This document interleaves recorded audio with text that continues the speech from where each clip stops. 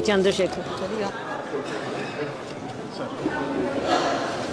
माननीय सभापति महोदया जी, मैं सर्वप्रथम तो आपका धन्यवाद करता हूं कि आपने मुझे रेलवे संशोधन विधेयक 2024 पे अपनी बात रखने का मौका दिया।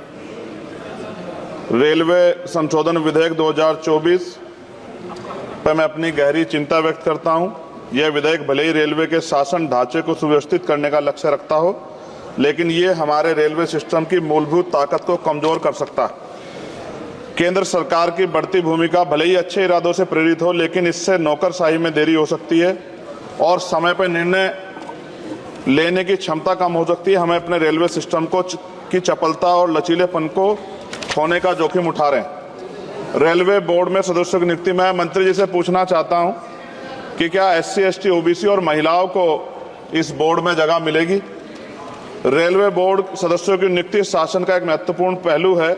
यह आवश्यक है कि नियुक्तियां योग्यता और विशेषज्ञता के आधार पर हो, न कि राजनीतिक विचारधाराओं के आधार पर। इस मोर्चे पर कोई भी समझौता निर्णय लेने की गुणवत्ता और भारतीय रेलवे के समग्र प्रदर्शन में गिरावट का कारण बन सकता है। जनता की जरूरतें सर्वोपरि है, इसलिए हमारे लिए आम आदमी की जरूरतें सर्वोपरि हैं। रेलवे सुलभ, किफायती और विश्वसनीय होना चाहिए।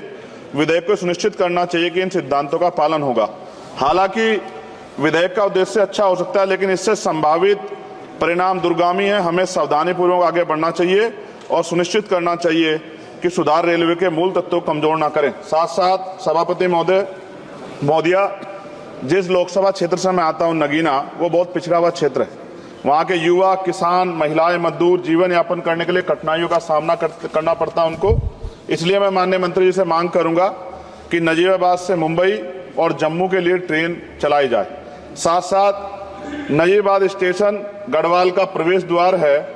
मैं आपसे आग्रह करूंगा कि वहां जल भराव की समस्या होती है स्टेशन पे, उसकी देखरेख की जाए। बेगमपुरा एक्सप्रेस वाराणसी टू जम्मू तवी का स्टॉपेज वहां हो। दिल्ली जाने के लिए सुबह में कोई ट्रेन नहीं है, मुझे भी आना पड़ता है तो बहुत परेशानी का सामना करना पड़ता है अक्सर, जब मैं कोशिश करता हूं कि सेशन में चला जाऊं, क्योंकि ये रेलवे की सुविधा आपने उपलब्ध कराई है। जलालाबाद क्रॉसिंग पे ओवरब्रिज बनना चाहिए। धामपुर में 2 जगह पे समस्या है सर, कई घंटे खड़ा होना पड़ता है, ओवरब्रिज की आवश्यकता है वहां। नगीना में ओवरब्रिज की जो कोतवाली वाला क्षेत्र है उसमें, सेहोरा में ओवरब्रिज की दिक्कत है, किरतपुर में है। और बैकलॉग सर बहुत इंपॉर्टेंट विषय है। रेलवे का बैकलॉग जल्दी जल्दी भरना चाहिए। जनरल कोच बढ़ाए जाने चाहिए, क्योंकि बहुत बड़ी आबादी रेलवे में सफर करती है।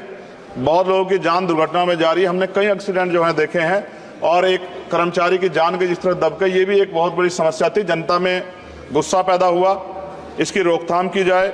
गरीब यात्रा करने के लिए जाता है, अंतिम यात्रा ना हो जाए, इस बात का हमें ध्यान रखना पड़ेगा। साथ साथ इसका मुझे एक मुख्य कारण ये दिखाई देता है कि लोको पायलट को रात और दिन में ड्यूटी करनी पड़ती है। मैं खत्म कर रहा हूं। रात की ड्यूटी कठिन है, उसके बाद पर्याप्त आराम चाहिए। इस संबंध में HPC का सुझाव भी था कि लोको पायलट के लिए 2 रात्रि बाद ड्यूटी का आदेश हो, तो ये इस पे अमल नहीं किया गया, जिसके कारण उनकी आंख लग जाती है और कई बार दुर्घटना होती है। हजारों लोगों की जिंदगी से खिलवाड़ नहीं होना चाहिए। कोरोना काल में बंद गई ट्रेन पुनः चालू की जाए, और SC, ST, OBC के बच्चों को जो पहले पास मिलते थे, जब कई कंपटीशन की तैयारी के लिए वो पेपर देने जाते थे, मिलते तो बंद कर दिए। सरकार कहती है हम दलित पिछड़ों के हितैषी हैं, लेकिन जब सरकार उनके बच्चों के आगे तरक्की के रास्ते बंद कर दी तो कैसे चलेगा? और जिस तरह लगातार निजीकरण हो रहा है, इस निजीकरण से सरकारी नौकरी खत्म हो जाएगी रेलवे में, तो ये दलित पिछड़ों के बच्चे कहां जाके बैठे, कौन सी कुर्सी बैठे? आज भी देश में सामाजिक गैर बराबरी है। तो मैं इसलिए मंत्री से मांग करता हूं कि आपने नजीबाबाद में वंदे भारत का स्टॉपेज दिया, इसके लिए मैं आपका धन्यवाद करता हूं। लेकिन ये भी, इसके अलावा हमने कई मांग उठाई थी, लेकिन उन पर कोई कार्रवाई नहीं हुई। तो मंत्री जी, पार्टी से अलग हटके आप सोचें कि उस क्षेत्र का भी तरक्की होनी चाहिए, ये भी आपके अधिकार क्षेत्र का मामला है।